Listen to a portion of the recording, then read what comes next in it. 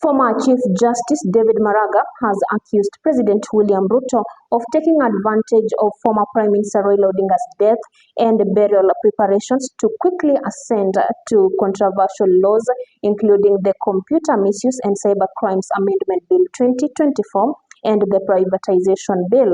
Maraga says if the state had good intentions, the president should have waited to pass the laws once the period of mourning has lapsed. Here is that report from our reporter, Joy Mwanzo. A mockery of the 2010 Constitution that we collectively fought to have and swore to protect and implement.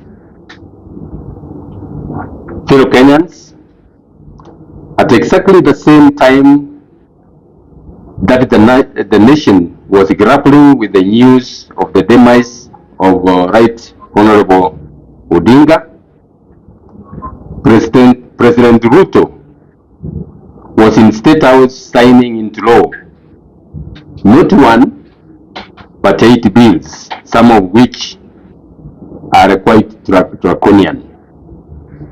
What a shame that the president can be doing that when the rest of the country is mourning. The bills include the Computer Misuse and the Cyber Crimes Amendment Act, the Privatization Act, the Land Amendment Act, the National Land Commission Amendment Act, the Wildlife Conservation and Management Amendment Act, the National Police Service Amendment Act, the Air Passenger Service Charge Amendment Act, and the Virtual Assets Service Providers Act. We have carefully reviewed these bills approved by the National Assembly and signed into law by Ruto. Our questions, beloved Kenyans, are these: when will the Kenyan state decide to work for its people? How dare the executive and the National Assembly boldly betray the nation and our sovereign will? Today, we will focus on 2 of these acts and amendments touching on our freedoms and sovereignty. For what is a nation without its sovereign assets and its freedoms?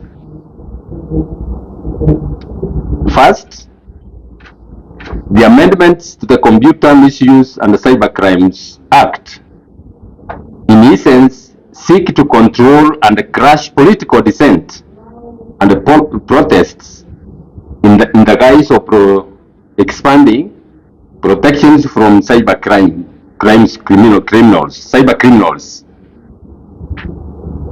It is not lost to us that in June 2024, when Kenyan youth rose up against the finance bill, President Ruto labeled them criminals and terrorists.